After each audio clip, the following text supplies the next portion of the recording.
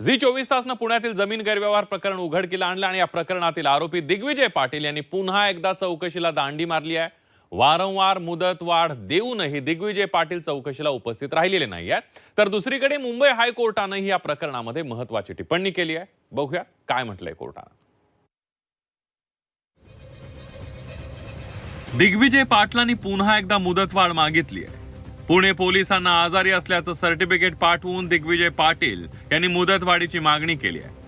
10 डिसेंबर पर्यंत आधीच दिग्विजय पाटलांना मुदत वाढवून देण्यात आली होती, मात्र ते वारंवार चौकशीसाठी मुदतवाढ मागतात। त्यामुळे चौकशीपासून पळ काढण्याचा हा प्रयत्न आहे का असा सवाल उपस्थित होतोय।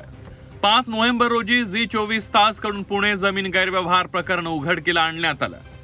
9 नोव्हेंबरला शीतल तेजवानी, दिग्विजय पाटील आणि रवींद्र तारू यांच्यावर गुन्हा दाखल झाला।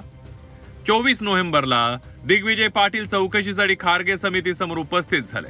28 तारखेला पुन्हा उपस्थित राहणार असल्याचं त्यांनी सांगितलं। 28 नोव्हेंबरला दिग्विजय पाटलांनी वकिलांना पाठवलं आणि आता 10 डिसेंबरला आजारी असल्याचं सांगत दिग्विजय पाटील चौकशीला आले नाही। कोरेगाव पार्क जमीन गैरव्यवहार प्रकरणात अमेडिया कंपनीचे भागीदार दिग्विजय पाटील यांनी पुन्हा वेळ मागितली आहे। जबाब नोंदवण्यासाठी आधी 8 डिसेंबर पर्यंत मुदत मागितली होती, त्यात आता आणखी 2 दिवसांची वाढ मागत 10 डिसेंबर पर्यंत वेळेची मागणी केली होती। मात्र ऐनवेळी 10 तारखेलाही आजारपणाचं कारण देत उपस्थित राहणार नसल्याचं दिग्विजय पाटलांनी सांगितलंय।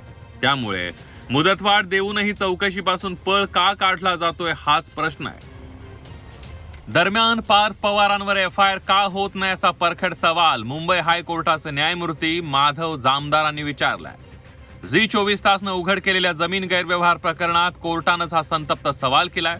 यावर मुख्यमंत्री देवेंद्र फडणवीस यांनी या प्रकरणात कुणालाही सोडणार नसल्याचा निर्वाणीचा इशारा दिलाय। मुंबई हायकोर्टाने काय म्हटलेलं आहे मी ऐकलेलं नाही, कारण आपण बघितलं, मी आता कार्यक्रमात होतो। पण जे काही कोर्टाने विचारलेलं आहे त्या संदर्भात योग्य उत्तर हे कोर्टामध्ये सबमिट केलं जाईल, कारण पहिल्या दिवशीपासून सरकारची भूमिका कोणालाही वाचवायचं नाहीये। जो दोषी असेल त्याच्यावर कारवाई होणार आहे। त्यामुळे या संदर्भात आतापर्यंत केलेली कारवाई आणि पुढे काय कारवाई होणार आहे याची सगळी माहिती ही आम्ही माननीय उच्च न्यायालयाला देऊ।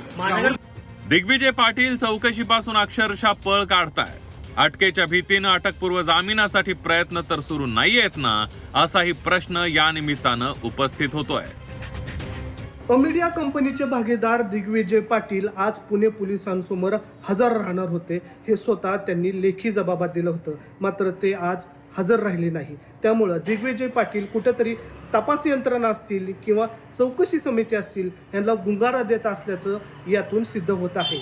त्यामुळं आता या प्रकरणात दिग्विजय पाटील पोलिसांसमोर हजर होणार का नाही हा प्रश्न या ठिकाणी उपस्थित होतोय। का पुन्हा गुंगारा देणार? व्हिडिओ जर्नलिस्ट नितीन सांदोरसह निलेश करमरे, झी मीडिया, पुणे।